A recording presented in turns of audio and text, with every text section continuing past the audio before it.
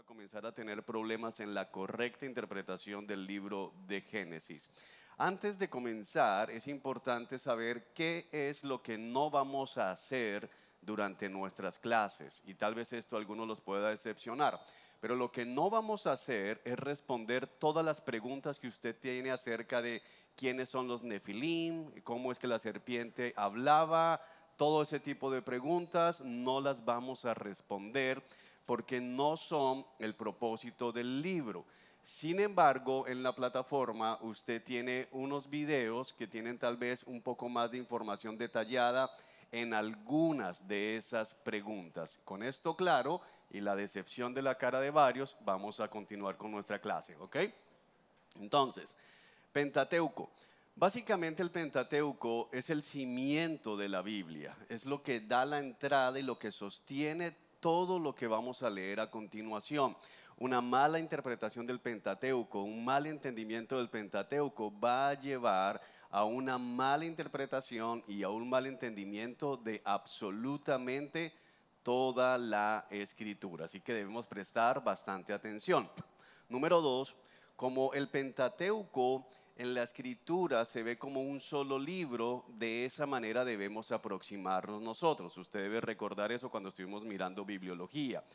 Si usted presta atención en el Nuevo Testamento, no tenemos una sola referencia que hable del libro de Génesis o del libro del Éxodo o el libro de Levítico o el libro de Números o el libro de Deuteronomio.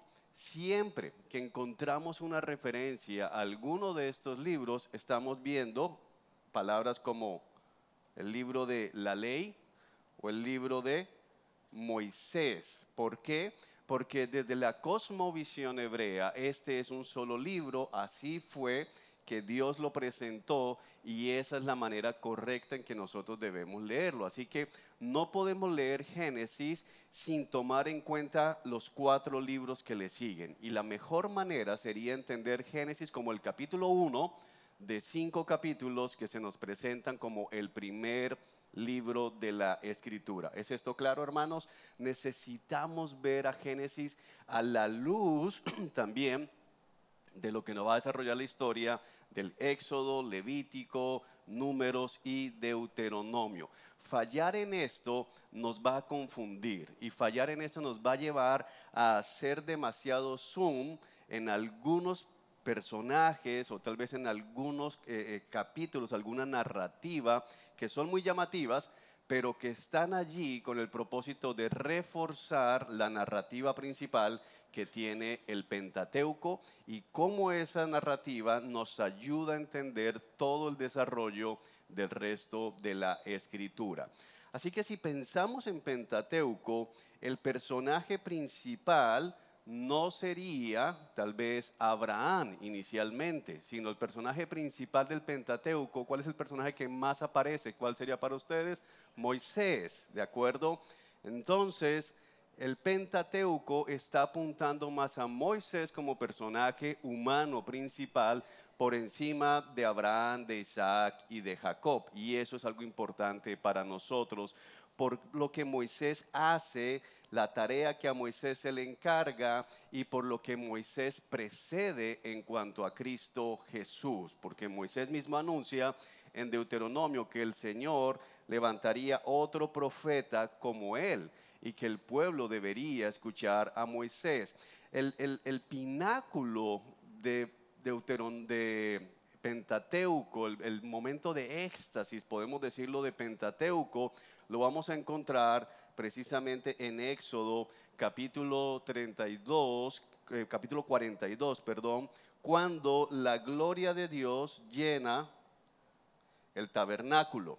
El tabernáculo es construido, Dios les ha dado las normas, las leyes, las instrucciones para levantar el tabernáculo y al final del libro del Éxodo, después de que Moisés sigue las instrucciones de Dios, la gloria de Dios desciende. Y para esto necesitamos ver qué pasa en Génesis, porque en Génesis al principio vamos a tener una imagen de Dios morando con el hombre en el jardín del Edén.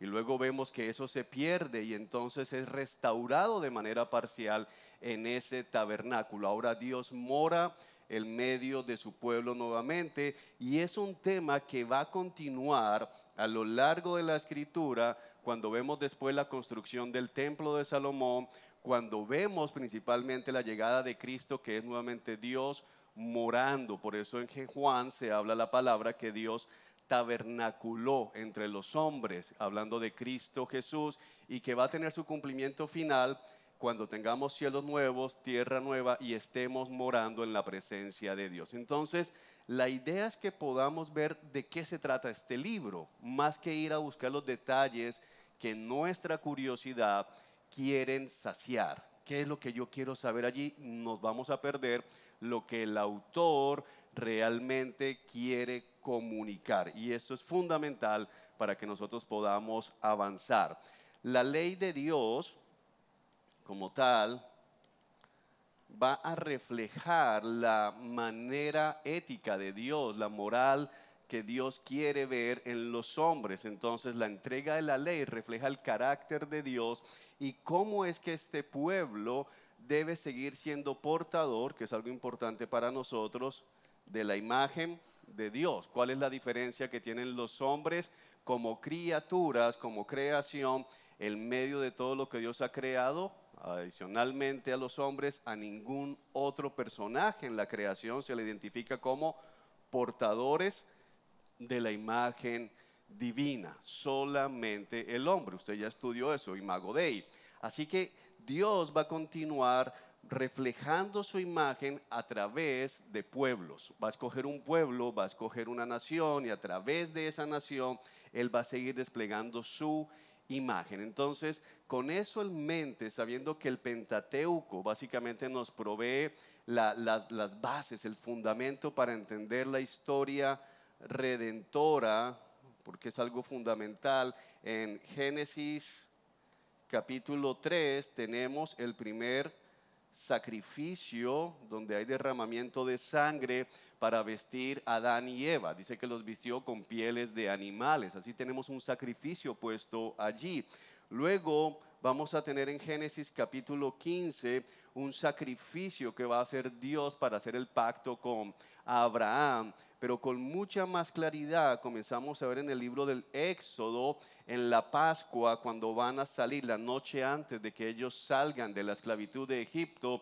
Dios ordena, instituye la Pascua, este cordero que va a ser sacrificado y cuya sangre debe ser rociada en los dinteles y los postes de la puerta para que el ángel de la muerte pase de largo a los israelitas, que también eran culpables. Así que lo que los salva a ellos de la muerte no es que ellos fueran mejores que los egipcios. Lo que los salva a ellos, ¿qué es?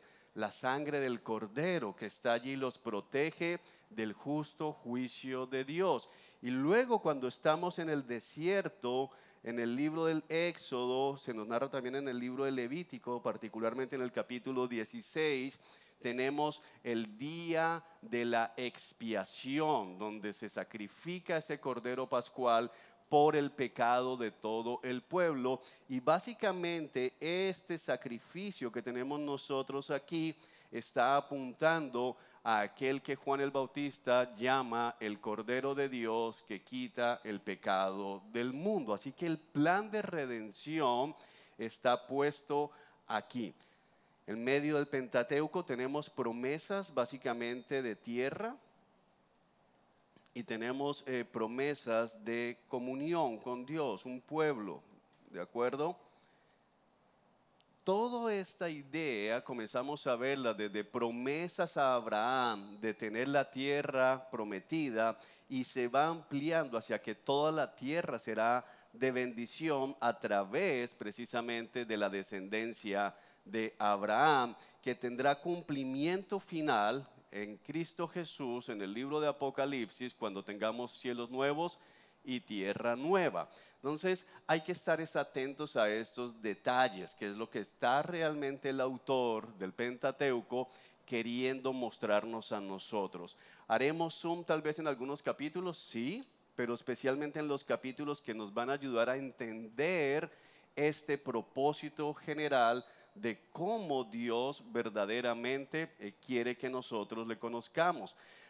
El libro del Pentateuco es un libro que nos revela el carácter de Dios en algo que ustedes ya estudiaron, así que no vamos a ahondar.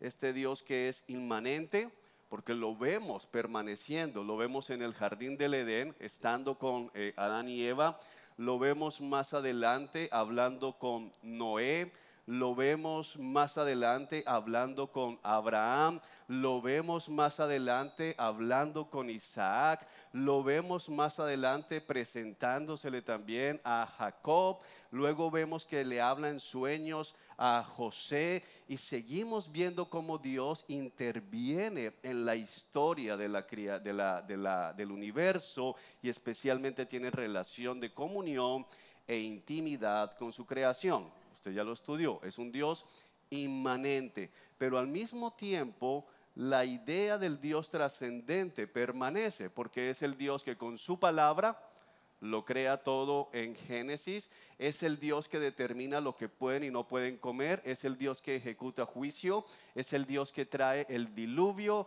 es el Dios que acaba con Sodoma y Gomorra, es el Dios que castiga a su propio pueblo, pero también vamos a estar viendo los otros atributos de Dios como la misericordia, porque finalmente desde Génesis 3 Adán y Eva no mueren inmediatamente, porque a pesar del diluvio queda una familia a través de la cual se va a volver a arrancar todo el proceso, porque aún Dios a través de José está salvando a los egipcios que van a terminar esclavizando su pueblo y a los cananeos que van a liderar la rebelión de su pueblo, alejarse de Dios para irse tras los ídolos, pero Dios muestra esta misericordia sobre toda la humanidad. Vamos a ver la gracia de Dios y vamos a ver cómo personajes que no lo merecen van a estar recibiendo el favor de Dios. Así que esto básicamente es el fundamento pentateuco de cómo es que nosotros debemos leer toda la escritura. Un mal entendimiento de esto nos va a cerrar la posibilidad de comprender verdaderamente el resto de los libros, ¿de acuerdo? Así que con esto en mente vamos a entrar ya un poco más de lleno en lo que es el libro de Génesis como tal. Entonces, comencemos acá. Génesis. Una de las primeras cosas que tenemos que entender o quitarnos de la cabeza es, número uno, Génesis no es un libro de ciencia. Una de las grandes tristezas que tenemos cuando gente lee Génesis es que lo está abordando como si fuera un libro científico y entonces espera que Génesis esté relatado de manera científica, respondiéndole preguntas acerca de taxonomía, acerca de genética, familias de animales, especies de animales y tratando de ayudarle a comprender cómo es que había luz a pesar de que no había sol ni estrellas en Génesis capítulo 1. Pero Génesis no es un libro científico, aunque lógicamente podemos evidenciar allí algunos datos científicos, pero la intención del autor no es dar respuesta a cuestionamientos científicos, una de las cosas importantes. Número dos, el libro de Génesis no es un libro mitológico. Hay personas que se acercan a Génesis como la perspectiva de, bueno, es un libro de fábulas, donde los animales hablan porque la serpiente habla. Es un libro de mitología, donde tenemos personajes como Noé, pero no existieron, simplemente están allí para mostrarnos lo que debería ser un verdadero hombre que sirve a Dios. Pero no es un libro de mitología. El libro de Génesis está dentro de los géneros en la escritura literarios que se conoce como narrativa histórica. Es decir, que se nos están narrando hechos reales. Así que tenemos que leer Génesis con la mente de esto que está pasando, esto que yo estoy leyendo, son cosas que sucedieron, son cosas que acontecieron. Ahora, es una narrativa histórica, no una crónica judicial. ¿Cuál es la diferencia entre estas dos cosas? Es que en la crónica judicial vamos a querer saber lo que ha sucedido a veces, hay una masacre, cuántas balas dispararon, desde dónde dispararon y todo este tipo de cosas.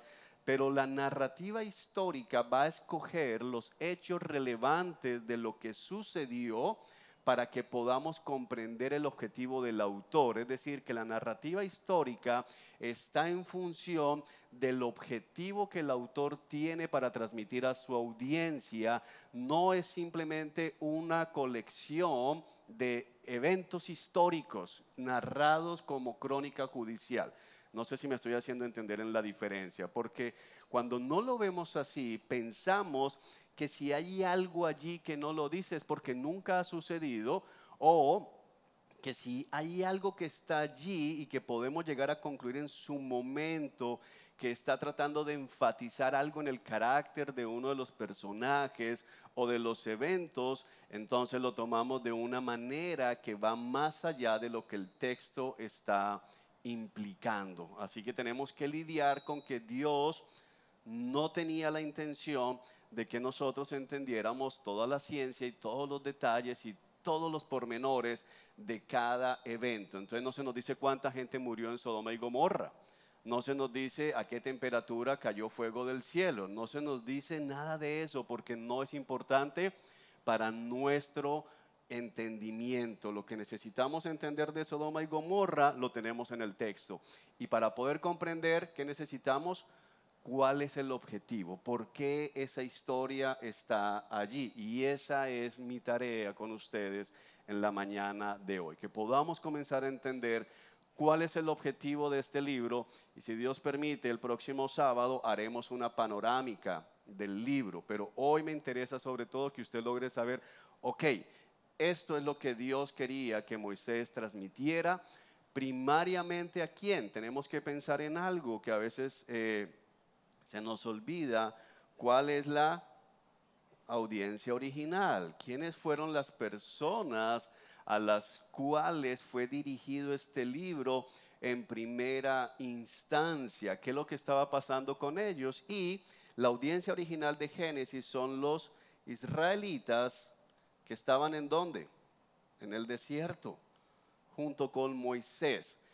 Hay debate en si son los que salieron de Egipto o los hijos de los que salieron de Egipto, pero lo que sí tenemos certeza es que son aquellos que están en el desierto. Esa es la audiencia, y con esto en mente yo debo comenzar a entender, ok, ¿por qué Dios escoge decirles esto? ¿Por qué Dios escoge no decirles estas otras cosas? ¿Por qué son importantes los listados de generaciones, genealogías en el libro de Génesis? Así que eso es algo necesario para nosotros poder avanzar. Muy bien, sigamos entonces con información general del libro. Entonces, acerca del propio título que tenemos en el libro,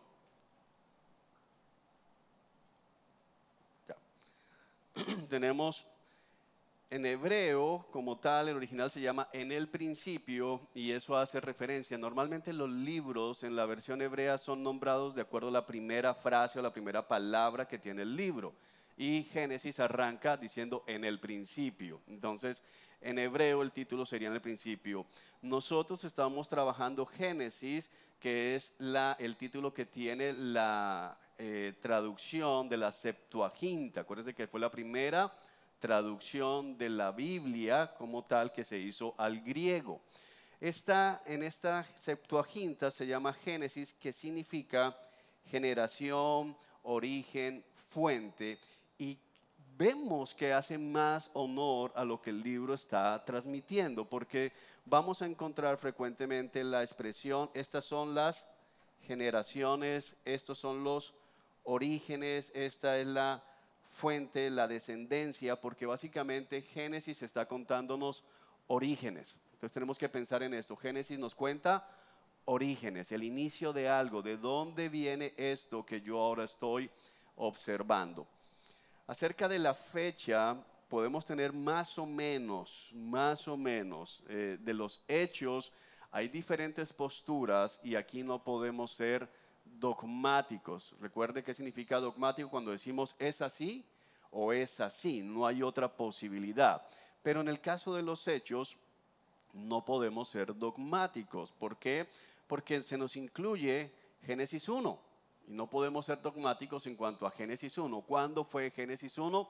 La respuesta, la mejor respuesta es, no sabemos, no tenemos idea. Podemos, y hay algunos hermanos que han dedicado sus vidas a tratar de mirar cómo está compuesta la escritura, los años que se hablan, y se data, puede ser una fecha temprana, entre 10.000 y 4.000 años antes de Cristo. No vamos a entrar aquí en el debate de millones de años, pero sí le puedo decir que prácticamente ningún erudito conservador habla de millones de años.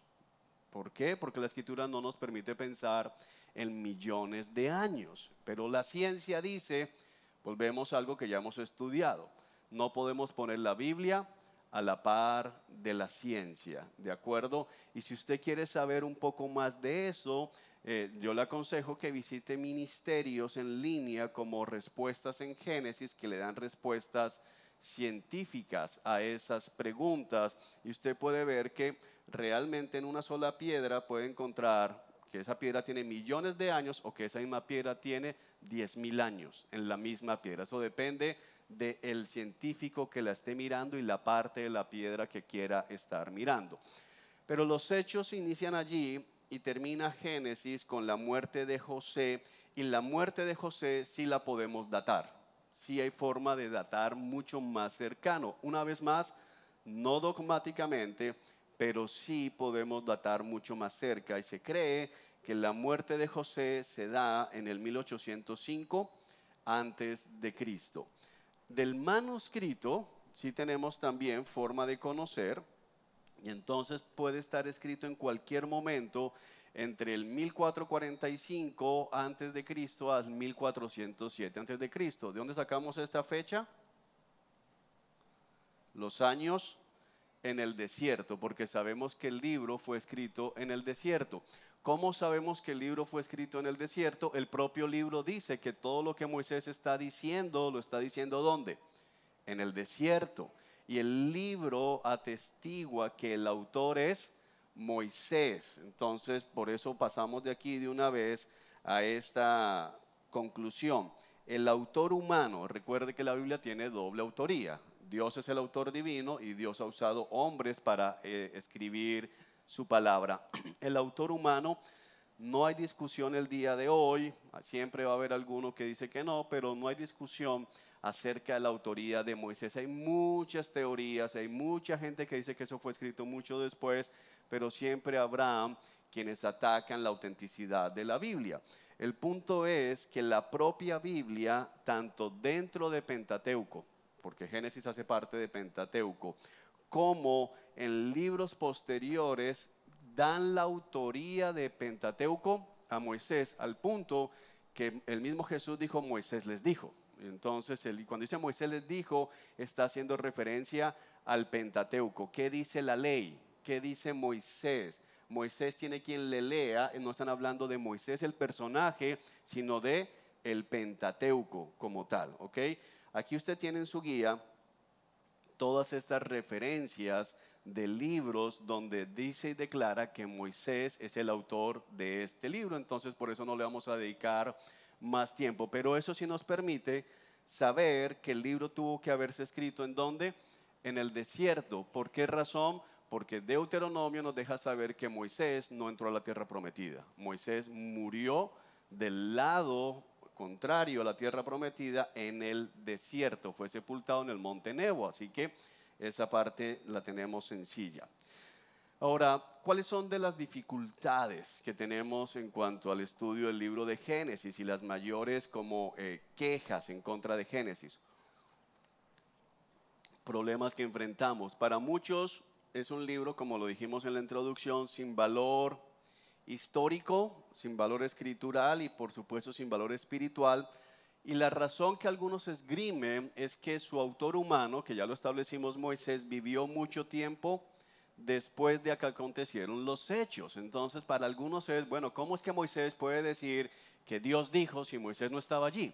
¿Cómo es que Moisés puede decir que la serpiente se acercó a Eva si Moisés no había ni siquiera nacido?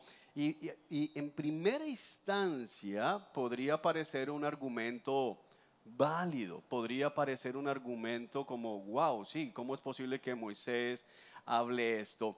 Pero eso solo sería válido si tomamos la Biblia como un libro de autoría humana, simplemente, pero este no es un libro humano, esta es la palabra de Dios. Así que lo que nosotros simplemente entendemos es que Dios inspira a Moisés y le relata lo que sucedió antes de que él existiera, así como Dios inspira a profetas como Juan y le muestra lo que va a suceder allá en los nuevos cielos y la nueva tierra, aunque Juan no ha estado allá. No sé si me estoy haciendo entender. Es decir, la inspiración divina no está limitada hacia el futuro, sino que Dios puede inspirar al autor humano para mostrar lo que sucedió mucho antes. Ahora, vamos a seguir viendo que esto no sucede con frecuencia porque después de que se escribe Génesis, normalmente Dios está inspirando a los autores humanos a hablar en términos de lo que está pasando en ese momento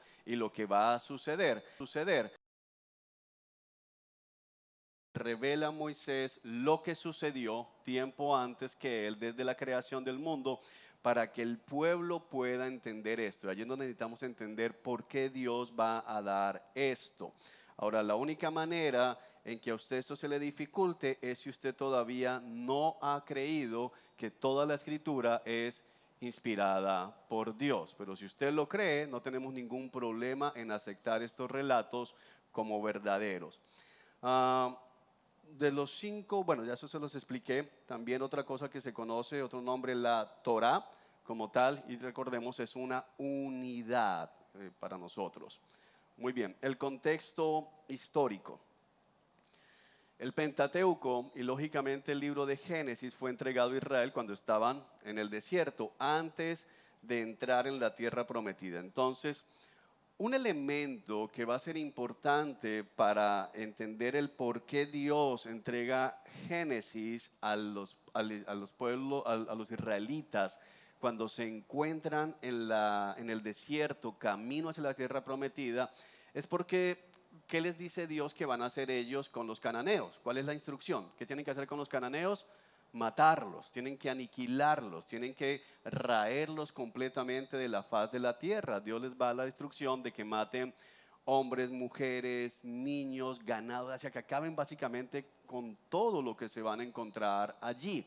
Y básicamente lo que va a hacer Génesis es contarles la historia de los linajes y les va a explicar por qué es justo que Dios los utilice a ellos como espada, porque básicamente el pueblo de Israel es espada de Dios para cumplir o traer justicia sobre aquellos que se han rebelado contra él. Entonces, a veces escuchamos, Dios manda a Israel a matar a los cananeos y decimos, pero pobres cananeos, ¿qué culpa ellos de no ser israelitas, inocentes criaturas? Muy parecido a lo que está pasando hoy cuando se está tratando de legitimar y decir, pobrecitos los indígenas que fueron colonizados, ellos vivían tan alegremente, tan inocentes, siempre todo el día jugando, saltando, hasta que encuentran las tumbas con millares de niños que fueron sacrificados a los dioses y todas las barbaries que cometían las tribus indígenas también. Entonces no existe un pueblo inocente, es algo que tenemos que entender. Génesis nos va dejando ver que el pecado no se quedó contenido a Adán y Eva, a comer del fruto del árbol del conocimiento del bien y del mal, sino que el pecado avanza a pasos agigantados y se hace extenso. Así que básicamente lo que Dios va a hacer con los cananeos es traer justicia.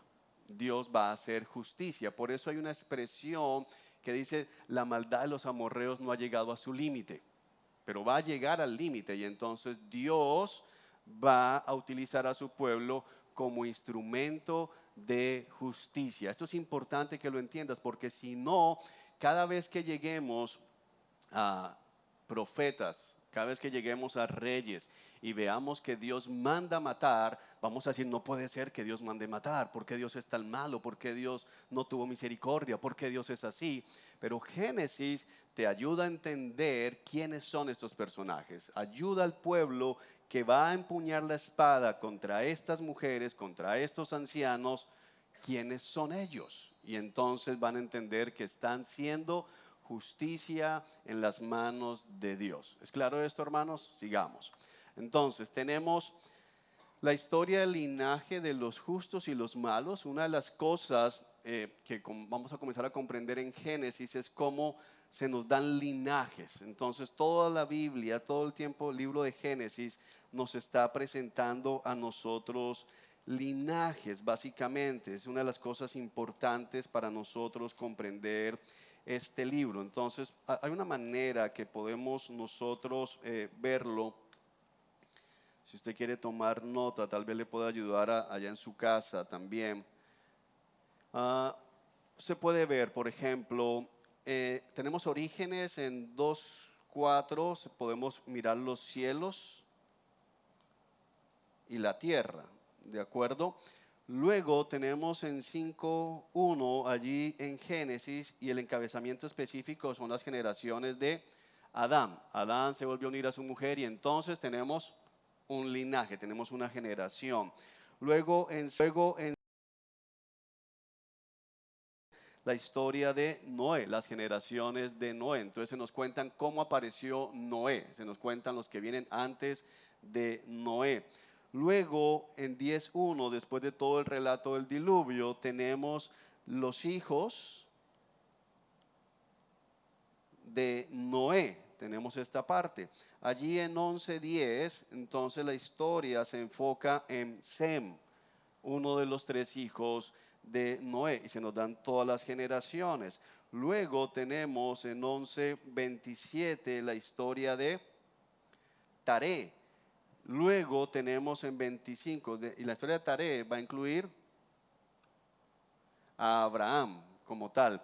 Luego tenemos en 25:12 la historia de Ismael y la descendencia de Ismael. Luego en 25:19 tenemos Isaac. Luego en el 36 tenemos a Esaú. Y por último en 37:2 tenemos a Jacob, que es el mismo Israel. Entonces, Génesis nos está contando generaciones, linajes, pero esos linajes están para que la gente pueda entender, ellos puedan comprender de dónde vienen ellos, cómo pueden trazar su linaje, y eso va a ser importante para entender las promesas de Dios, pero también de dónde vienen esos pueblos cananeos y cómo es que esos pueblos se han rebelado contra Dios. Porque a veces pensamos, pero pobrecitos, nunca supieron, pero la realidad es que si nos vamos entonces a 10:11, en el linaje de Noé, los 3 hijos de Noé estuvieron presentes en el diluvio. Los 3 hijos de Noé estuvieron presentes en las palabras de bendición.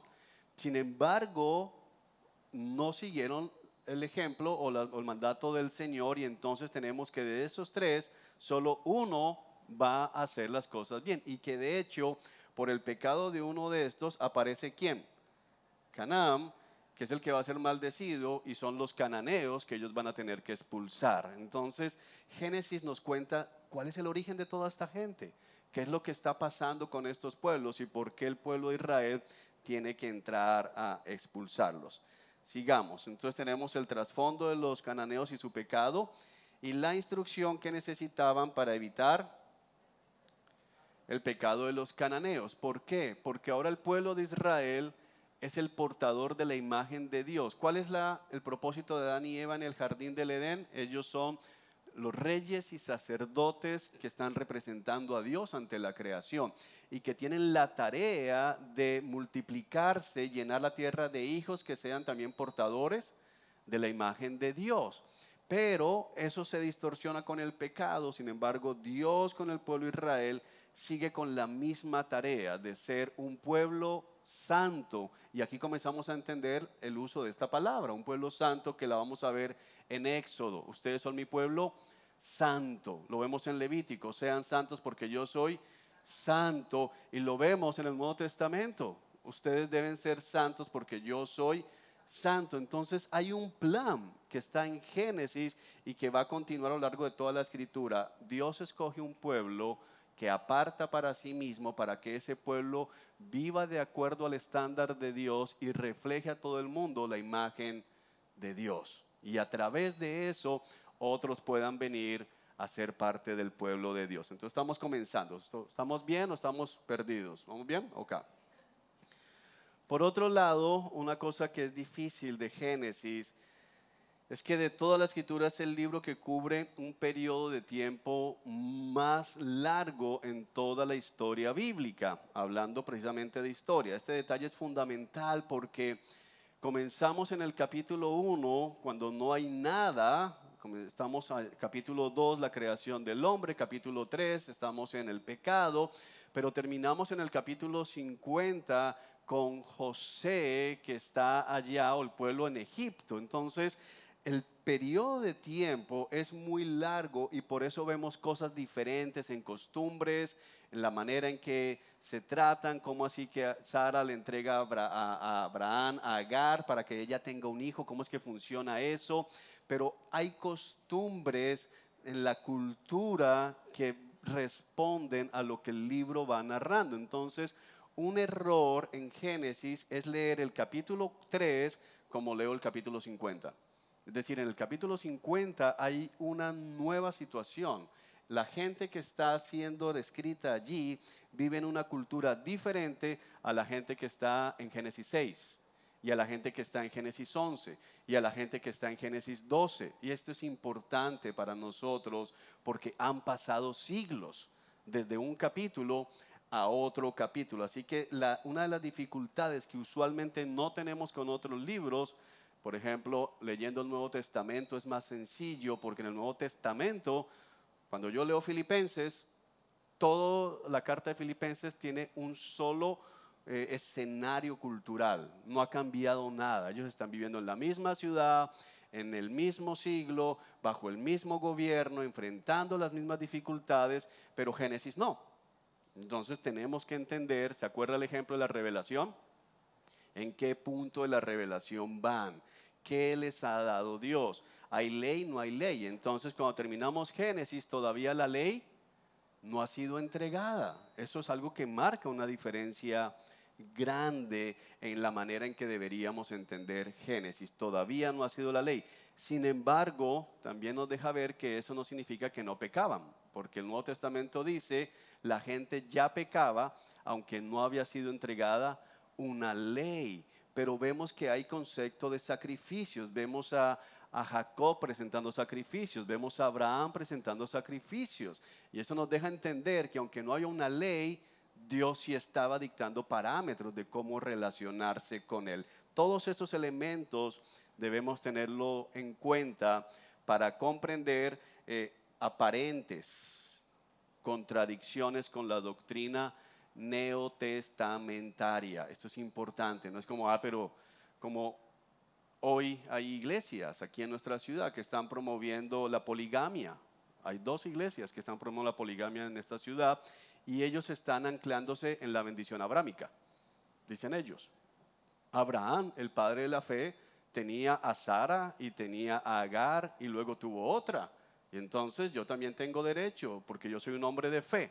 Ok, tienes un problema serio. ¿Y cuál es el problema? ¿Dónde arranca? Bueno, es el corazón humano, lógicamente, pero es no entender que estamos en Génesis y que estamos en una cultura completamente diferente.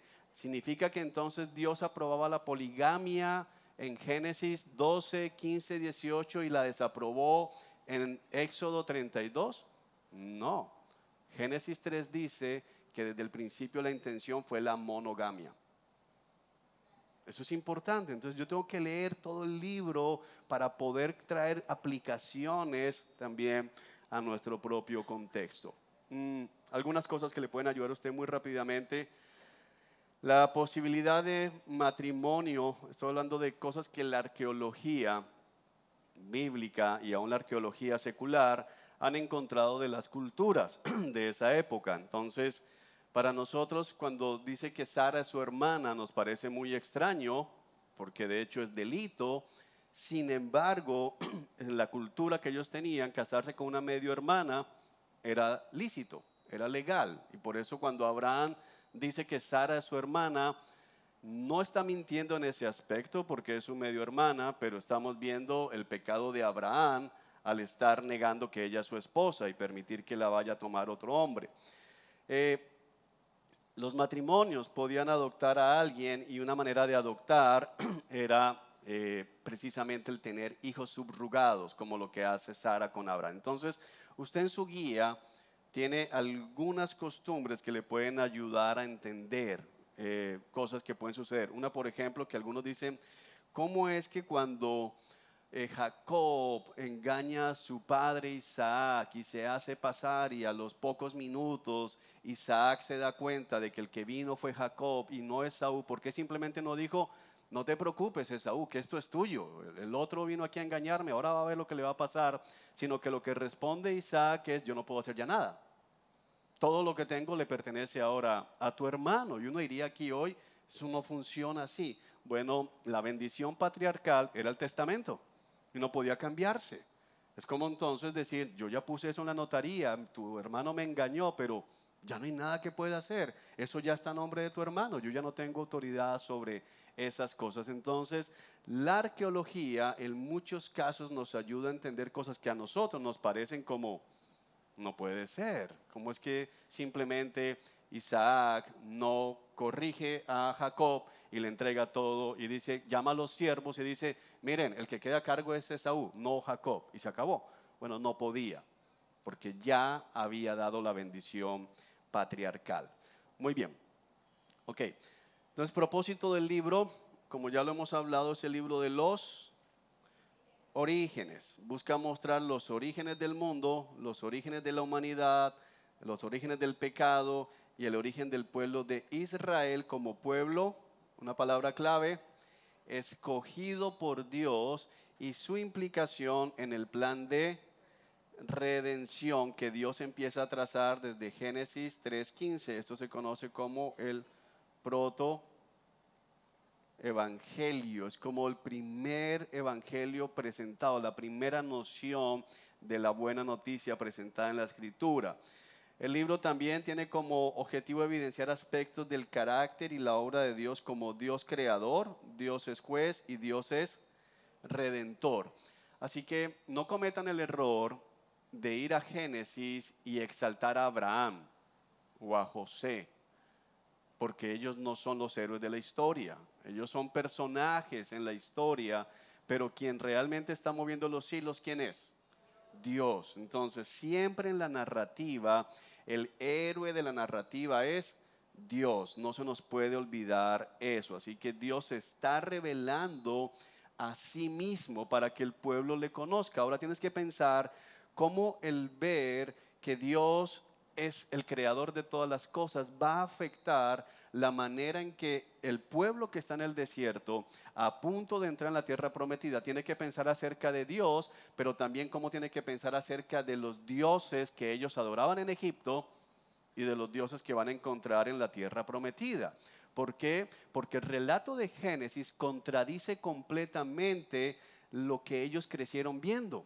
Porque los egipcios tenían un Dios que creó el cielo, un Dios del agua, el Dios sol, la diosa luna, todo era un Dios. De hecho, ahorita que tuve la oportunidad de estar en un museo que tienen momias egipcias y artefactos encontrados en pirámides egipcias, pude ver, de pronto en la próxima clase les muestro la fotografía, la estatua de este Dios que ellos adoraban, y era un becerro, y entonces se narra todo lo que ellos hacen, y es un becerro realmente, y cómo todos los días tenían al becerro en el templo y los sacerdotes se dedicaban a masajear el becerro todo el día y a peinar el becerro todo el día. Y cuando el becerro moría, toda la ciudad entraba en un periodo de duelo larguísimo y lloraban a grito tendido porque había muerto su Dios. Entonces, esta idea de estos dioses que vamos a ver en Éxodo, cómo Dios está probando que Él es el único Dios verdadero. A veces leemos Éxodo pensando en las plagas, que Dios está castigando a los egipcios. No, Dios está mostrando que todos esos dioses no existen. Él es el único Dios verdadero. Entonces, ¿cómo esto impacta la vida de los que están recibiendo el libro de Génesis? ¿Cómo el carácter justo de Dios? Este es un juez que dijo, el día que coman, morirán, y los expulsó del jardín del Edén. ¿Cómo deberían comportarse ellos cuando ahora tienen la ley de Dios? ¿Qué van a hacer ellos con esa ley? Pero al mismo tiempo, el carácter redentor de Dios, un Dios que está dispuesto a perdonar, un Dios que se complace en amar y no en castigar. Entonces hay un plan de Dios de redimirlos. De hecho, no solo a ellos, quiero que pienses en esto. Ellos van en el desierto y tienen la tarea de matar a los cananeos. Pero al mismo tiempo, lo primero que Dios les informa acerca de sí mismo es en Génesis capítulo 12 y 15, que a través de ellos Dios va a bendecir a todas las naciones de la tierra. ¿Y qué incluye todas las naciones de la tierra? También cananeos.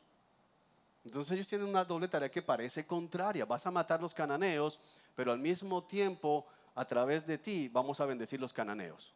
¿Lo estamos entendiendo? Hay una tarea que Dios dice, no se olviden de esto, que ustedes han sido escogidos no para borrar de la faz de la tierra todas las demás naciones, sino han sido escogidos para que a través de ustedes yo voy a traer a gente de todas las naciones. Entonces hay un cambio y para nosotros nos ayuda a entender cómo la iglesia cumple esto. Cómo la iglesia, trayendo gente de toda lengua, de toda tribu, de toda nación, sigue siendo el cumplimiento de la promesa que Dios hizo allí. Estamos conectando porque estoy tratando de ayudar a aplicar lo que aprendieron hace 8 días en teología bíblica. Esto es una sola historia, no es el libro de Génesis y ya. Esto hace parte de toda la narrativa bíblica.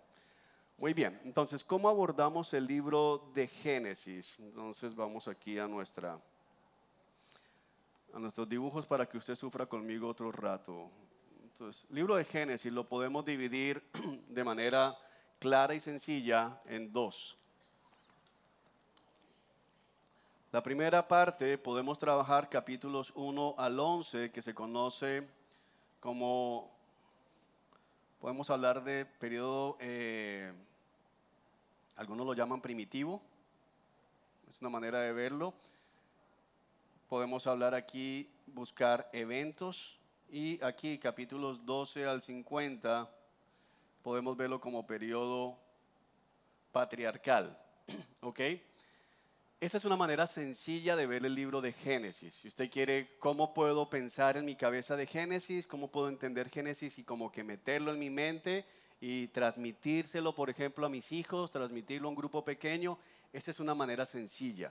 1 al 11 tenemos 4 eventos principales y 12 al 50 tenemos la historia de los patriarcas. Aunque, para hacer honor a la verdad, ya se los expliqué aquí atrás, tenemos líneas de Adán, de Noé, de Sem y de Taré, Nacor, antes del capítulo 12. Entonces no es que no tengamos genealogías en 1 a 11, tenemos genealogías, pero una manera sencilla de ver esos primeros 4 capítulos está en esa división de eventos, ¿de acuerdo?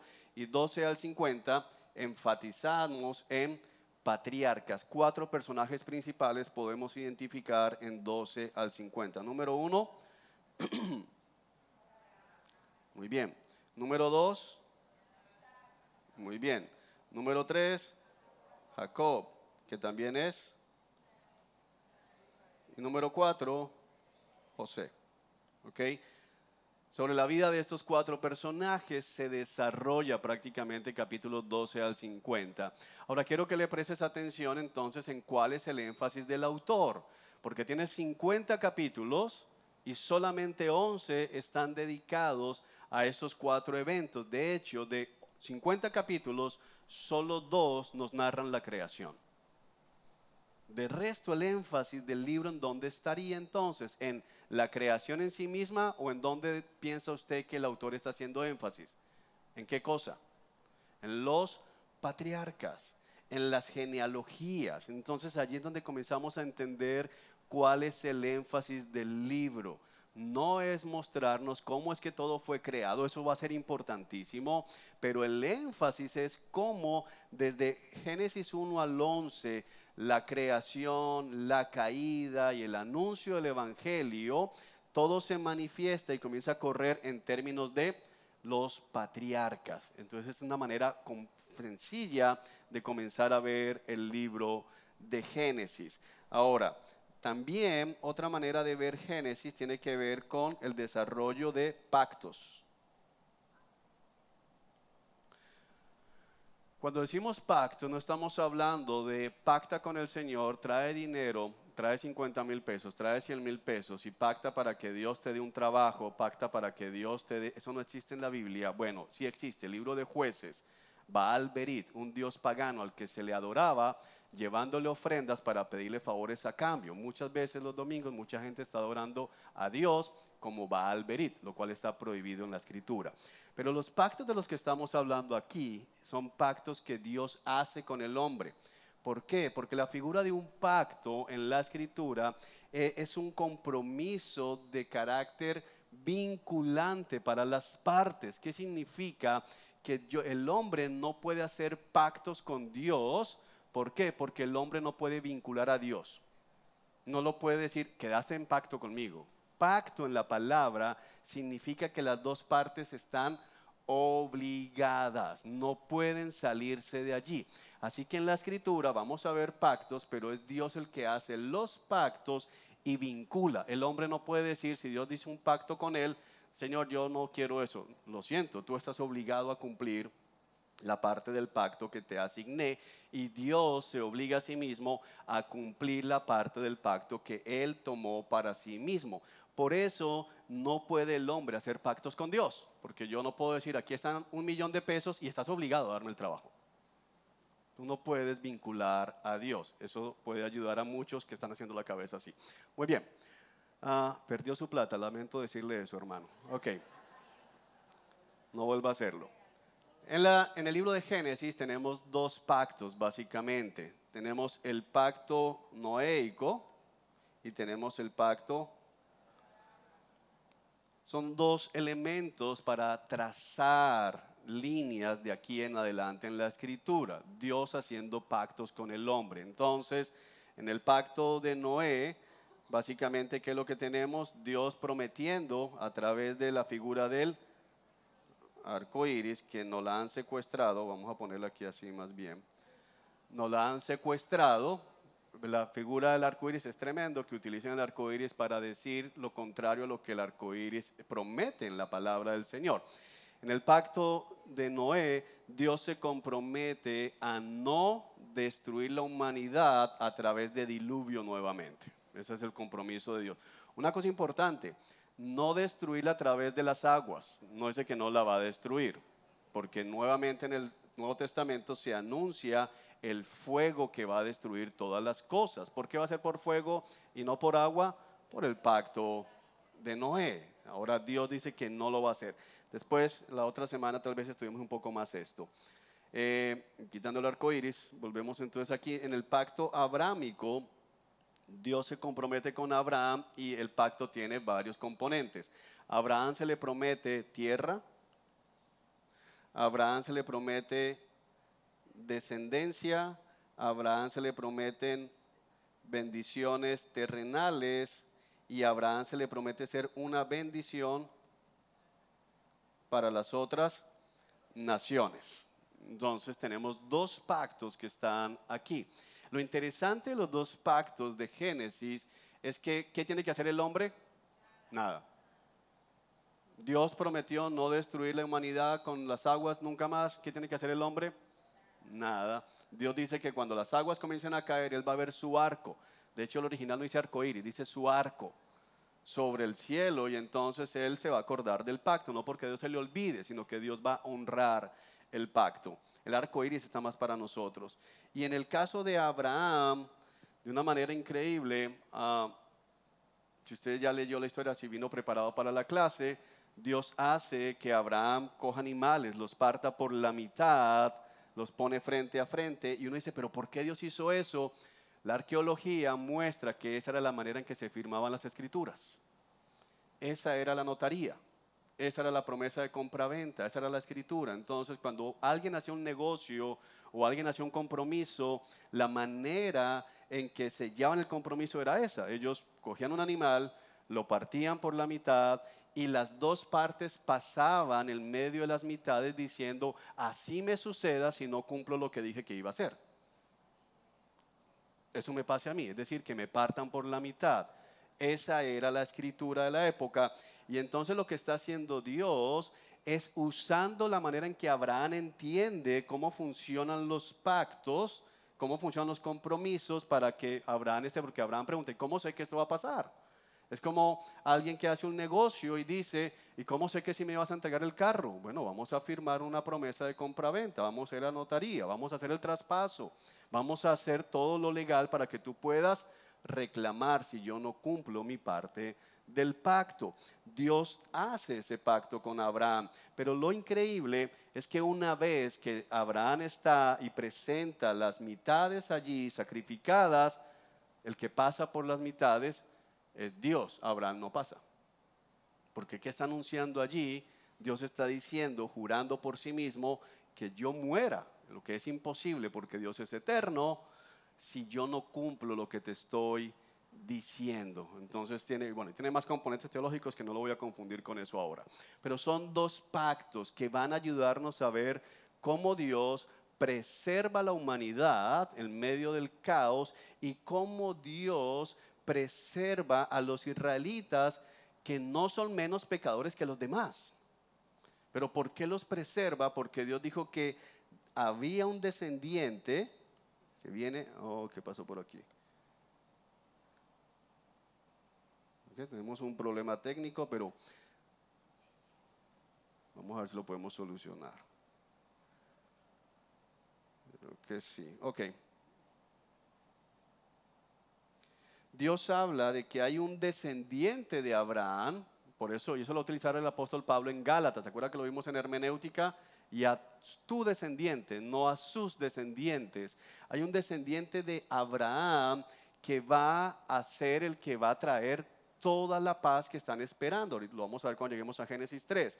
Entonces esa es la razón por la cual los israelitas, a pesar de su perversión, no son erradicados. ¿Por qué? Porque Dios se comprometió.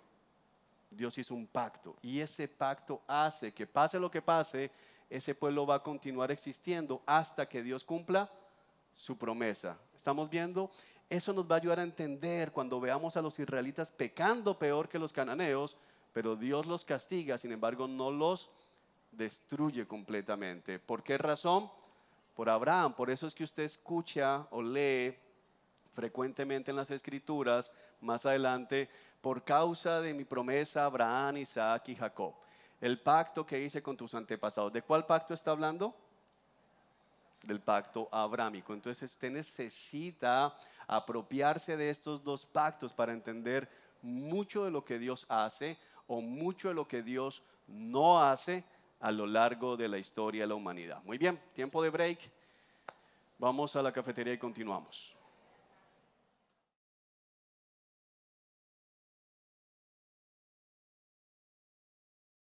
Continuamos. Dentro de los 4 eventos que tenemos que tener presentes para entender correctamente el libro de Génesis o que nos ayudan a nosotros ubicarnos en la narrativa, la manera en que el libro está construido, y nos ayudan a tener un acercamiento más sencillo, podemos pensar en estos 4 eventos de la siguiente manera. Número 1, creación. Número 2, caída. Número 3, diluvio. Y número 4, Babel. Entonces, sin dejar de lado las genealogías de las que ya hablamos anteriormente, que hay en los capítulos 1 al 11, estos 4 eventos nos ayudan a comprender muy fácilmente o a identificar muy fácilmente cómo están distribuidos estos primeros 11 capítulos: creación, caída, diluvio y Babel. La próxima clase entraremos en varios de estos para poder entender un poco más su relación con el resto de la escritura. Ahora vamos a ver los temas fundamentales del libro. Entonces, ¿qué es lo que nos deja ver Moisés, inspirado por Dios, en el libro de Génesis? ¿Qué debemos buscar? ¿A qué debemos nosotros prestar atención? Entonces, número 1, el carácter de Dios. Entonces, vamos a leer Génesis y vamos a buscar evidenciar estos temas que están presentes, pero lo que queremos es que ustedes como estudiantes puedan decir: aquí está el carácter de Dios. Dios es así, y de esa manera poner en práctica lo que hemos venido estudiando. No solamente me dijeron que Dios era así, estudiamos atributos de Dios en doctrina de Dios, sino que ahora usted pueda ver esos atributos plasmados y reflejados en la propia palabra de Dios. Eso es un buen ejercicio para su crecimiento espiritual y para la enseñanza en sus iglesias locales. El carácter de Dios. Entonces, número 1, el señorío de Dios es manifestado aquí. Dios es el Señor. El Dios trascendente del que hemos hablado se manifiesta inicialmente en el acto creativo, es decir, Génesis 1 y Génesis 2 nos dejan ver: Dios es el Señor. En el principio Dios, ¿se acuerda que lo estudiamos así? Bueno, cuando leemos esto, el énfasis en la palabra está allí: Dios es el Señor. Para los israelitas que reciben el libro de Génesis por primera vez, este es el mensaje: tengan cuidado porque Él es el Señor. No se les ocurra llegar a Canaán y dedicarse a adorar a otros dioses o a hacer su vida loca. ¿Por qué? Porque Él es el Señor que con su palabra trajo todo a existencia. ¿Cuál mensaje viene para nosotros de leer Génesis? Ten cuidado con estar adorando los dioses de los pueblos que están a tu alrededor, o ten cuidado con comenzar a llevar tu vida como si fuera tu vida, porque Dios es el Señor que con el poder de su palabra trajo todo a existencia. Entonces te das cuenta que esto que aprendieron los israelitas, lo que ellos debían entender, es algo que también nosotros debemos entender. Todo vino a existencia a través de ¿qué?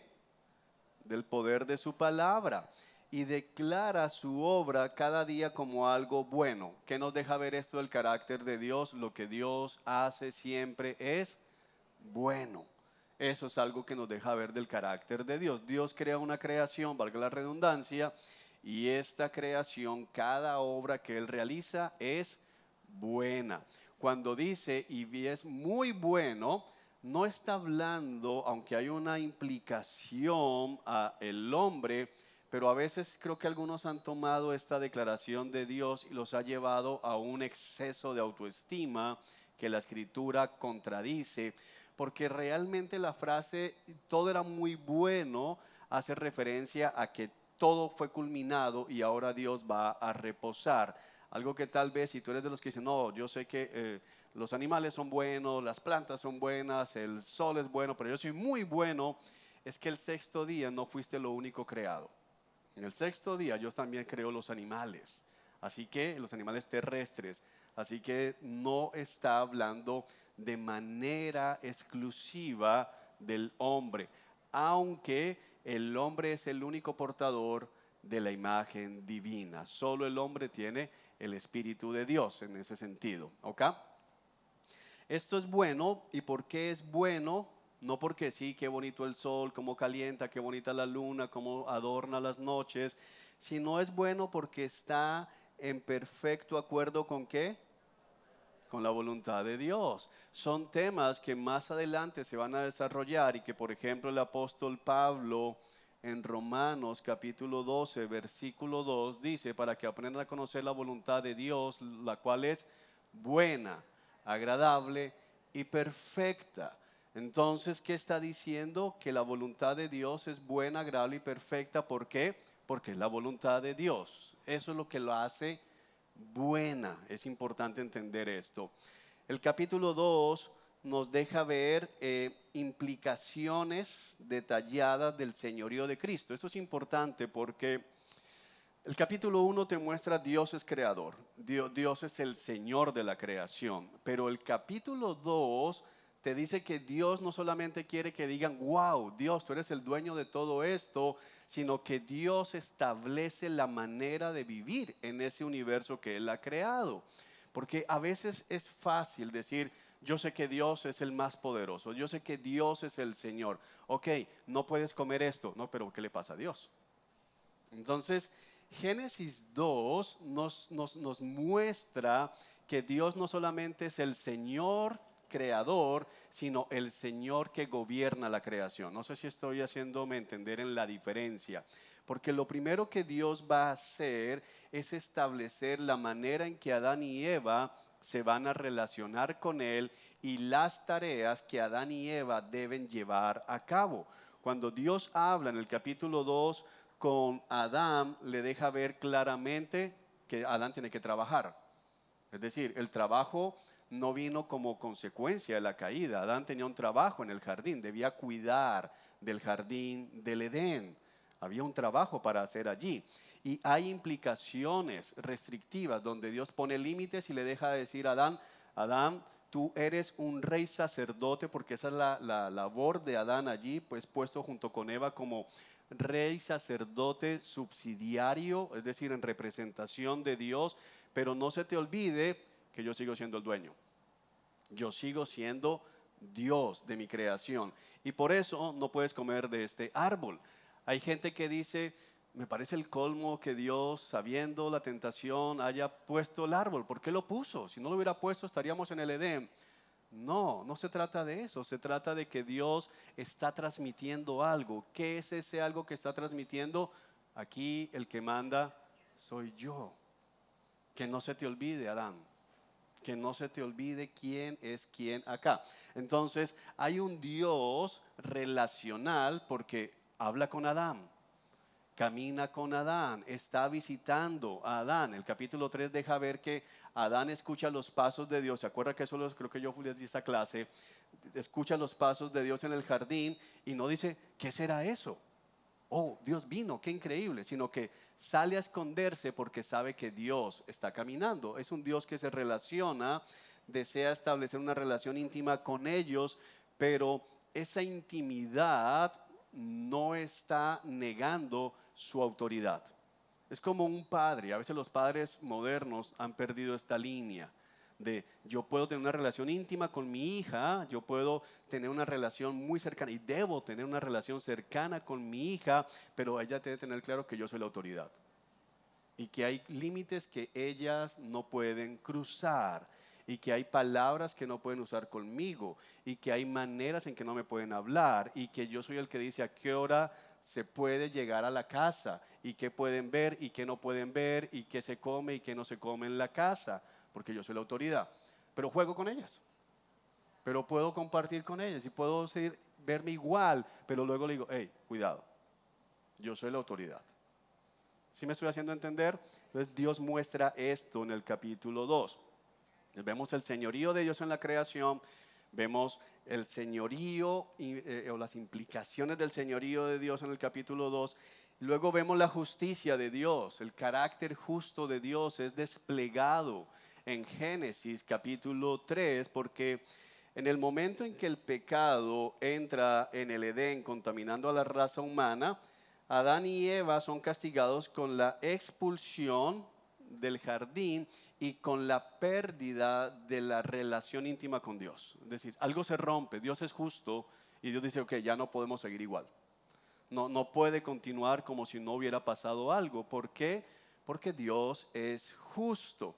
Entonces, cuando tú entiendes esta verdad que Dios acaba de manifestar, Dios todavía no ha dicho, maldito aquel que declara inocente al culpable, lo va a decir más adelante, pero aquí lo manifiesta y la humanidad tiene que aprender algo. Dios es justo. tú y yo necesitamos recordar algo acerca de Dios. Dios es justo. Dios no es un Dios permisivo. Hay gente que habla de Dios como si Dios fuera permisivo, el que se hace de la vista gorda. Algunos ven a Dios conforme ellos crían sus hijos. Usted ha visto padres que sus hijos están haciendo pataletas frente a ellos, están destruyendo la casa del vecino que están visitando y los papás lo están mirando ahí como, ay, no hagas eso. Bueno, Dios no es así. Y luego lo llevan a comer helado al niño después de que hizo semejante pataleta. Bueno, Dios no es así. Tú eres así, debes arrepentirte, pero Dios no es así. Dios es justo. Eso es importante que lo podamos entender. ¿De dónde viene? De Génesis capítulo 3. Es la primera manifestación de la justicia de Dios, pero más adelante vamos a ver esa manifestación de la justicia de Dios. ¿Dónde? En Génesis. Lo vemos también en Génesis, estamos en Génesis. En Génesis capítulo 6, con el anuncio del diluvio. Dios trae el diluvio, eso es justicia. Lo vemos con la historia de Sodoma y Gomorra.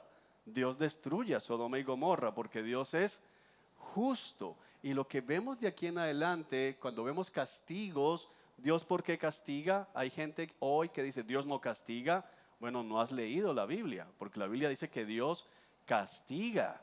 Y el castigo de Dios es justo. Deberíamos tener miedo de un Dios que no castigue. Un Dios que no haga justicia es un Dios aterrador. Dios debe hacer justicia y Dios es justo, y por eso tú en el fondo de tu corazón, a pesar de tu propia naturaleza caída, te molestas cuando los jueces no hacen justicia. Te molestas cuando ves el titular de prensa de que fulano de tal que hizo todo esto, el juez dijo, queda en libertad. No hay pruebas.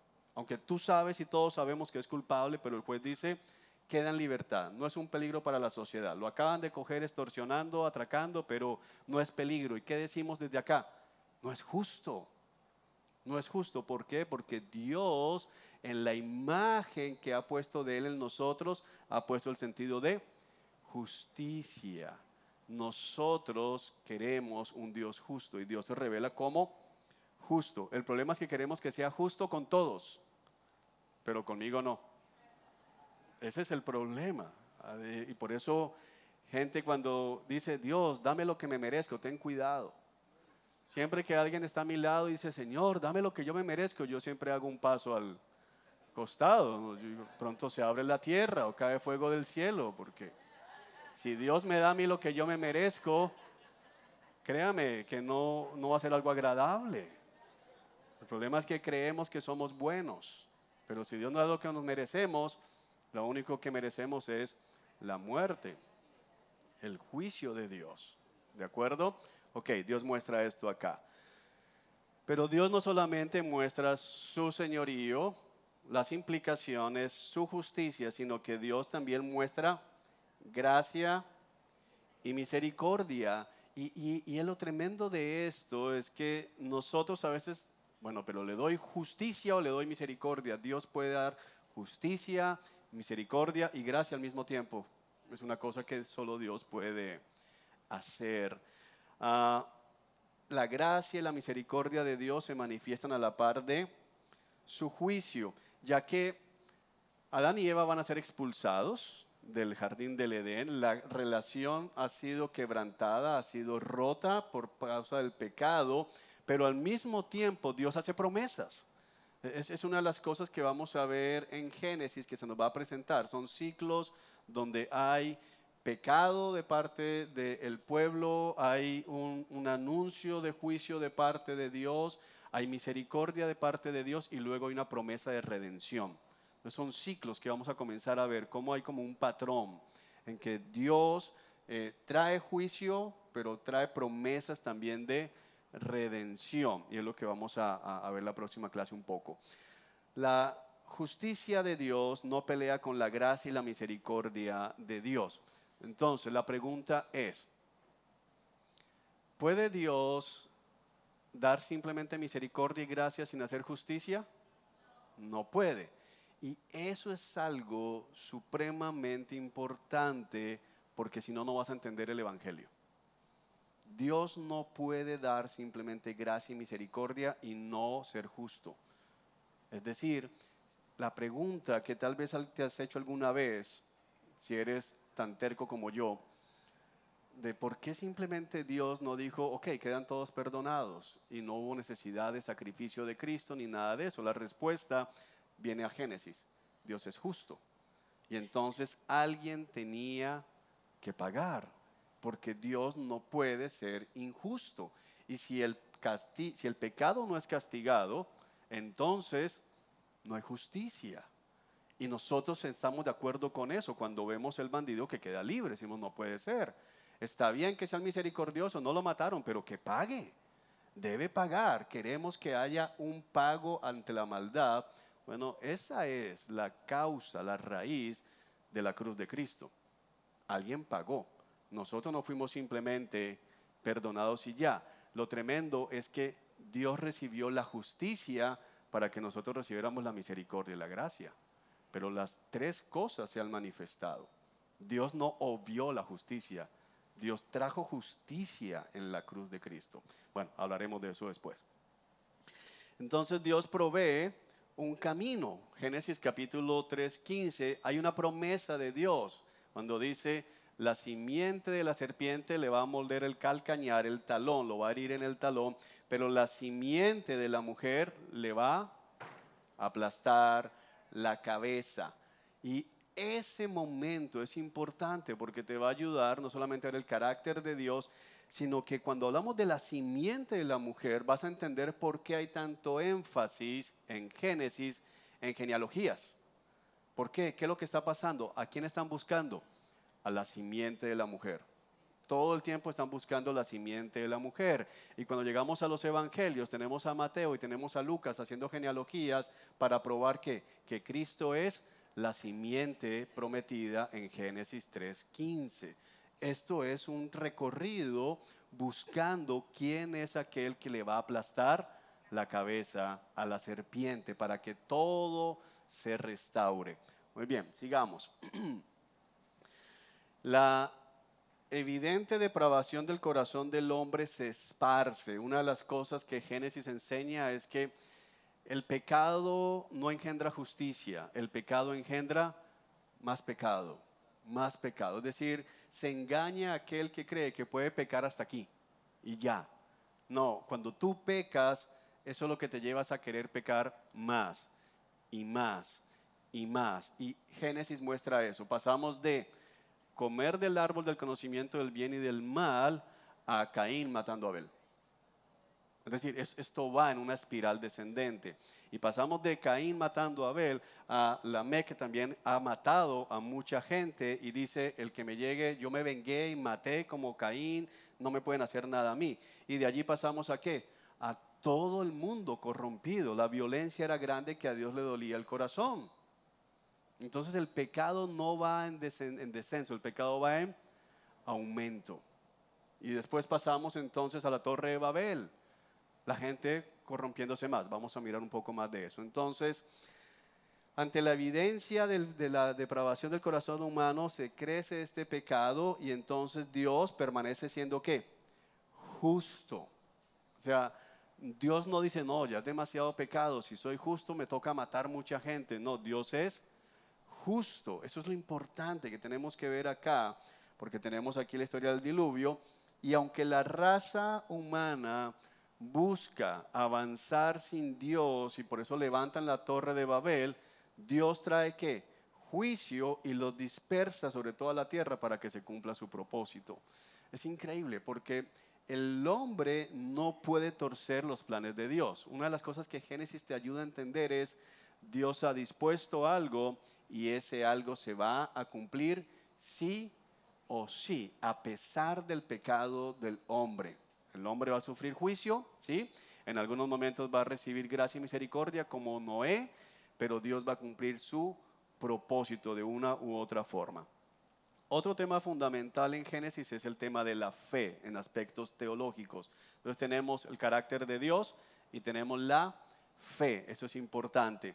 La fe es notable especialmente en la historia de Abraham. Dios llama a Abraham a que deje su casa, su familia, su parentela y se vaya a una tierra que Dios le indicaría.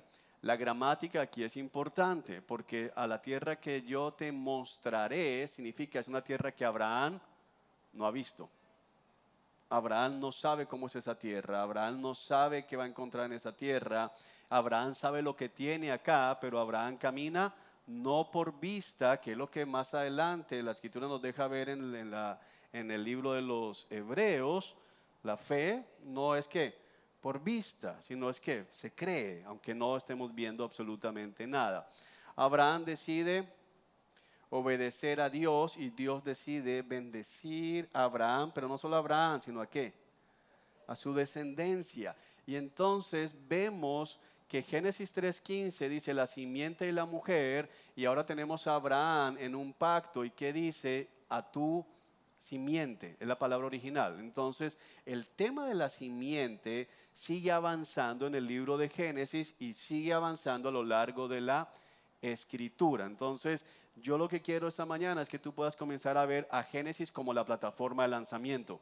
Aquí hay temas que son lanzados. Este es el origen de todo esto que hablamos de buscar el heredero de David, de buscar aquel que se va a sentar en el trono, de buscar ese descendiente, arranca aquí.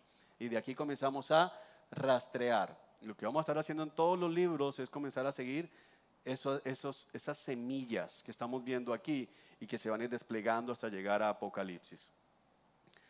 Esa descendencia, como ya lo hemos hablado, terminará siendo de gran bendición para todas las familias de la tierra.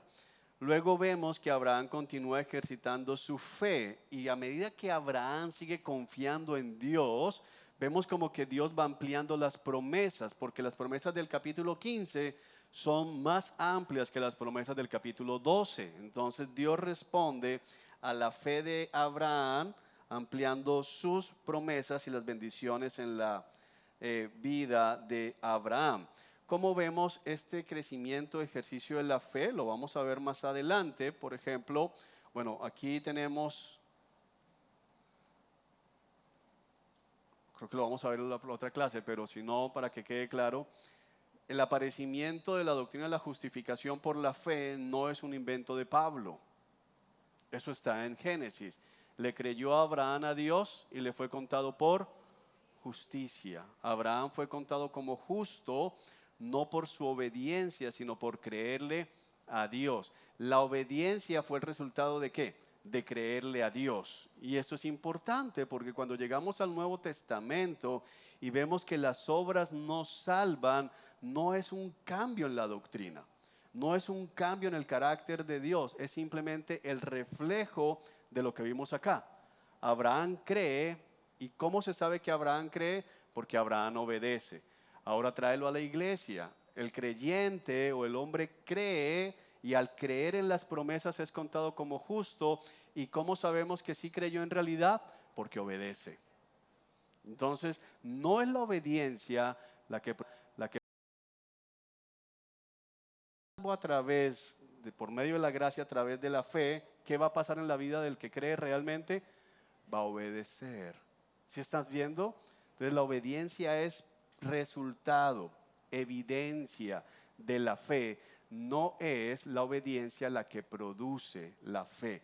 Y eso lo vamos a ver a lo largo de toda la escritura. Y desde aquí tú puedes comenzar a entender que la idea de la salvación por obras no solamente es ajena al nuevo pacto, sino que es ajena a toda la escritura como tal.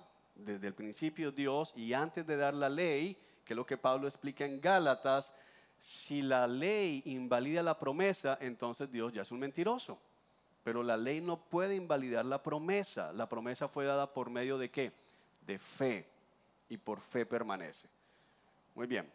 La gracia de Dios, otro tema importante en el libro de Génesis. Entonces, el aspecto del carácter de Dios se manifiesta a través de situaciones narradas en el libro. ¿Cómo vemos la gracia de Dios? Por ejemplo, la escogencia de Noé y su familia como los únicos que iban a sobrevivir al justo juicio de Dios sobre la humanidad corrompida por el pecado. ¿Por qué hablamos de gracia? Porque si no vemos la salvación de Noé como gracia, estaríamos diciendo que Noé no pecaba o que los hijos de Noé no pecaban.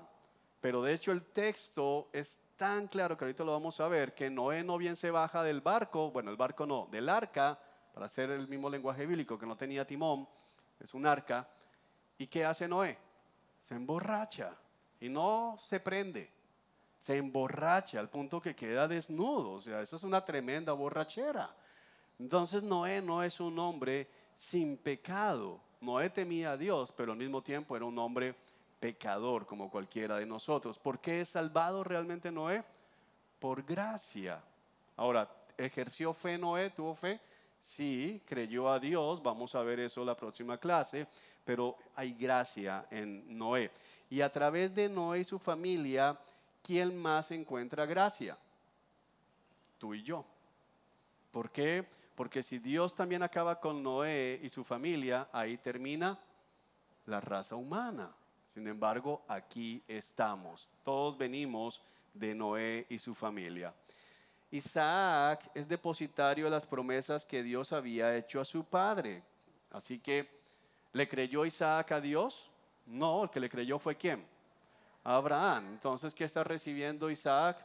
Gracia, algo que él no se merecía, pero ahora Dios dice, a ti te voy a entregar las promesas que le hice a tu padre Abraham.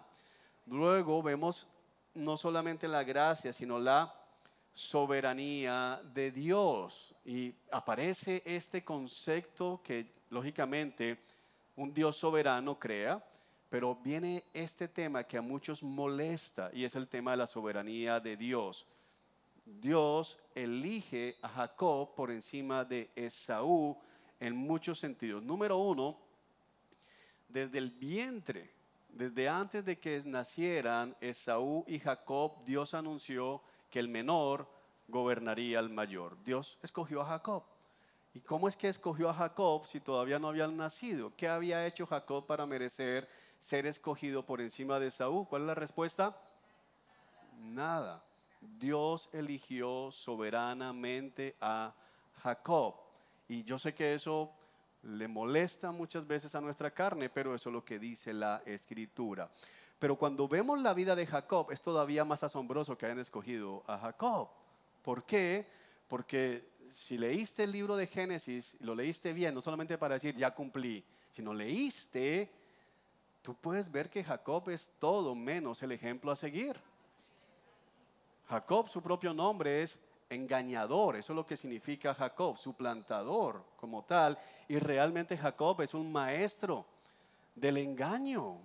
Jacob podría trabajar en las películas estas de espías y todo que se cambian, es decir, lo único es que no tenía el aparato para cambiar la voz, pero el resto, un engañador. Y sin embargo, a pesar de ser un engañador, termina adquiriendo el estatus de primogénito y Dios lo bendice y lo protege durante su estadía con su suegro Labán. Jacob va a ser engañado, sí, Dios es justo y entonces también lo engañan, lo mismo que él hizo, se aprovechó de la ceguera de su padre, la oscuridad de los ojos de Isaac, porque en el original dice que los ojos de Isaac ya se habían oscurecido. Y luego cuando se casa Jacob y está tomado y en la oscuridad, le metieron a Lea. Entonces lo engañaron igual que él engañó a su padre. Dios es justo. Pero al mismo tiempo, Dios protegió a Jacob y Jacob regresó lleno de bendiciones como tal. Más adelante vemos que Dios preserva a José y tal vez si usted leyó desapercibidamente dice, claro, José pobrecito, tan bueno que era José, solamente teniendo visiones de Dios, ¿qué culpa? José era un muchacho orgulloso y malcriado, al punto que su propio padre lo corrige. ¿Crees que también yo voy a estar postrado delante de ti?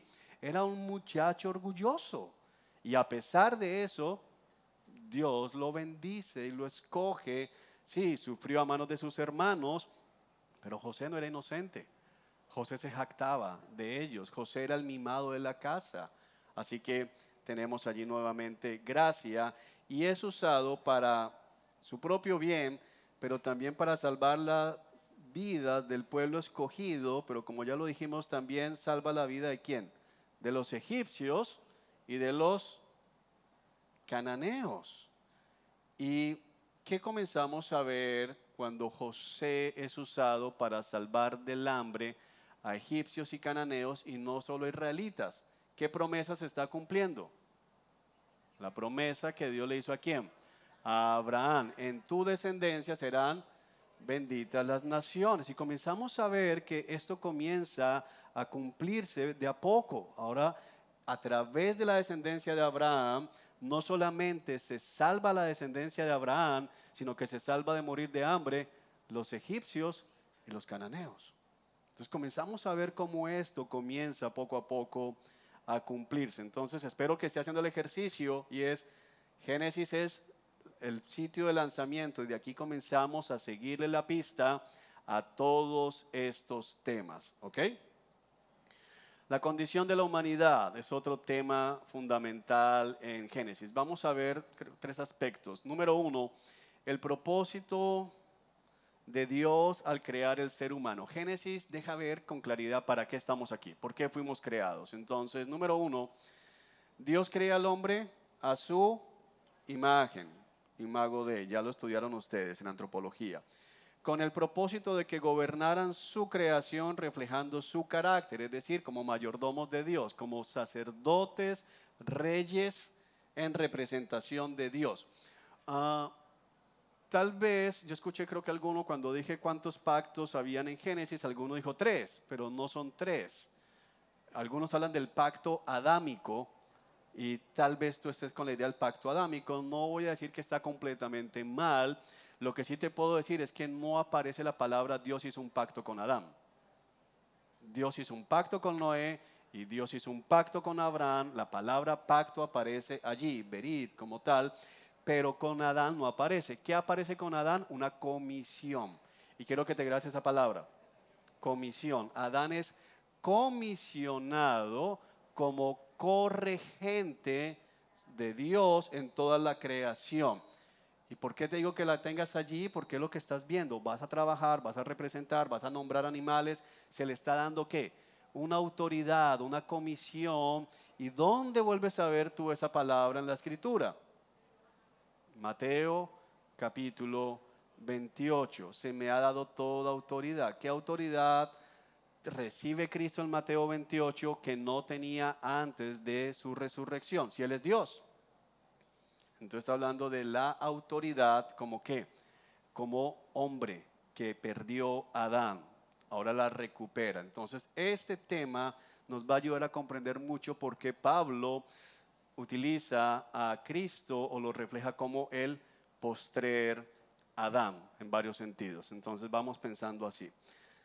Dios reafirma su imagen después de la caída en el jardín del Edén. Entonces dice que les nacieron hijos a imagen de Adán, pero Adán es portador de la imagen de Dios. ¿Qué significa eso? Que a pesar de la caída, el hombre no ha perdido la imagen de Dios en él. Y por eso, por esa sencilla razón, aunque el hombre es llamado a cuidar toda la creación, no hay ningún animal, no hay ninguna planta, no hay ninguna cosa de la naturaleza que tenga más valía que un ser humano. Aunque tú y yo vivimos en una época donde los animales valen más que los hombres. Pero eso es contrario a la Escritura. El hombre más perverso que todos digamos merece morir, aún ese hombre tiene más valía que el perro más fino. ¿Ok? Sigamos. Conforme la humanidad crece, Dios escoge esa palabra, la vamos a seguir viendo, porque es que los linajes nos dejan ver que, dice Fulano de tal, tuvo tantos hijos, pero luego de todos esos hijos, escoge a quién, a uno de esos hijos, y este tuvo estos hijos. Entonces como que Dios va seleccionando, y luego selecciona, y luego selecciona, y luego selecciona, y esa selección llega hasta quién, hasta Cristo, que es el postrer Adán, y luego de Cristo, ¿qué hace otra vez? Esto. Eso lo vamos a ver en la próxima clase. Cómo Adán y Eva son reemplazados por Cristo y la iglesia. Para cubrir la tierra y llenarla de hijos de Dios. Más adelante vemos a este hombre llamado Abraham, que es escogido con el fin de que su descendencia siga reflejando la imagen de Dios en todo el mundo y así ser de bendición para todas las naciones, lo cual se refleja en algunos eventos puntuales. Vemos a Abraham intercediendo por Sodoma y Gomorra, pidiéndole a Dios que no destruya Sodoma y Gomorra, pidiéndole que si encuentra tantos justos, al final no se encuentra ningún justo. No es porque Dios te esté llamando a ti a ser el justo que Dios quiere encontrar en tu casa, sino nos está diciendo, si Dios mira nuestra casa, no hay ningún justo. Si Dios mira a Barranquilla, no hay ningún justo. Por eso tuvo que venir el justo, para que Dios no nos destruya. ¿Mm? Jacob es de bendición a su suegro, porque Labán se enriquece. A través de José se provee la bendición en tiempos de hambruna, ya lo miramos. Así que lo que vemos es que la bendición de Dios reflejada a través de aquellos que siguen siendo los representantes de la imagen de Dios fielmente. Vemos las implicaciones de la caída del ser humano. El pecado irrumpe en Génesis 3, se amplifica, como lo vemos en el relato de Caín y su descendencia. La maldad se propaga a nivel mundial, el diluvio. Aún a pesar de lo que pasó, Noé se embriaga y su hijo lo ve desnudo y se burla, llama a los hermanos para que se burlen de la borrachera del papá. Luego vemos a los hombres contradiciendo la orden de Dios de esparcirse y multiplicarse, llenar la tierra. Dicen, no nos vamos a esparcir y vamos a levantar una torre para su propia gloria. Así que vemos es que el pecado va en aumento, la rebelión del hombre no tiene límites allí. Abraham, que lo encontramos como el personaje referente, el padre de la fe, miente acerca de su esposa Sara. Y por causa de Abraham, de la mentira de Abraham, Dios trae enfermedades en la casa del faraón. Así que aún Abraham nos deja ver que en algún momento los que estamos llamados a ser de bendición para los otros, terminamos siendo la causa de problemas para otros. Yo sé que ustedes no, porque ustedes tienen cara de muy santos, pero a veces somos así. El sobrino de Abraham, Lot, en lugar de cuando se les dice tenemos mucho ganado, hemos sido bendecidos, escoge la tierra fértil y le deja a Abraham el desierto, la tierra seca, a pesar de que la tierra fértil estaba llena de gente malvada. Y luego este hombre Lot, después de que es preservado de Sodoma y Gomorra, se emborracha y termina teniendo relaciones con sus hijas. Es seducido, prácticamente es violado por sus hijas, pero por causa de la borrachera. Dios destruye a Sodoma y Gomorra, pues no se encuentran ni siquiera 10 justos. Luego vemos el engaño de Jacob y Labán, la traición contra José por medio de sus hermanos. Así que lo que estamos viendo es cómo el pecado va creciendo. Y por último, en relación con el hombre, en los 3 minutos que me quedan, el amor y la gracia redentora de Dios como respuesta a la caída. Y esto es un tema que va a ocupar todas las páginas de la Escritura. Número 1, Dios busca restablecer la relación amorosa que Él había tenido con la humanidad antes de que cayeran en el pecado. ¿Y cómo lo comienza a hacer? A través del establecimiento de pactos. Entonces, el tema de los pactos es importante porque te va a ayudar a navegar cómo es que Dios va restableciendo el Edén, si lo quieres ver así, en el sentido de la relación íntima con Él y la tierra donde habitamos con Él a través de pactos. Cuando lleguemos al nuevo pacto, que es el pacto nuestro, vamos a ver que al final eso está incluido, pero es Dios a través de pactos modelando esta carretera. Vemos entonces, ya les mostré el pacto de Noé y vemos el pacto de Abraham. Entonces, esa es básicamente la manera en que Dios comienza a restablecer. ¿Qué estamos diciendo aquí? El propósito de los pactos dados por Dios es restablecer la relación caída que el hombre tiene con Él y las promesas que Dios había dado, o el lugar, el plan de Dios de tenernos en una tierra buena, sin muerte, sin enfermedades y sin necesidades. Y cuando tú piensas en esto, no puedes dejar de pensar en Apocalipsis, donde se nos dice que tendremos un cielo nuevo, tierra nueva, donde no habrá llanto, dolor, enfermedad, ni muerte. Entonces vamos es camino a la restauración de todas las cosas. Eso es lo que está pasando. Arrancamos en Edén y vamos a terminar en cielos nuevos y tierra nueva. Arrancamos con una relación de intimidad con Dios, donde terminaremos los escogidos por Dios, por gracia y misericordia, en esa relación con Él, y los rebeldes en donde sufriendo el juicio eterno. ¿Por qué? Porque Dios es justo. Entonces comenzamos a ver todos estos temas acá. Muy bien, oramos y luego les doy información. Padre, gracias. Te damos en el nombre de Jesús por este tiempo. Gracias por tu bondad, por tu misericordia, por tu cuidado. Gracias por este precioso libro, Señor, que tiene tanto para nosotros. Y yo te pido que mis hermanos puedan animarse al ver, Señor, tantas verdades que hay en Génesis, tantos temas que están iniciando, tantas semillas que has puesto en este libro para que nosotros podamos ver su crecimiento a lo largo del resto de la Escritura. Ayúdanos a ser fieles y ayúdanos a estar con la actitud correcta, Señor, frente a tu palabra. En el nombre de Jesús, amén y amén.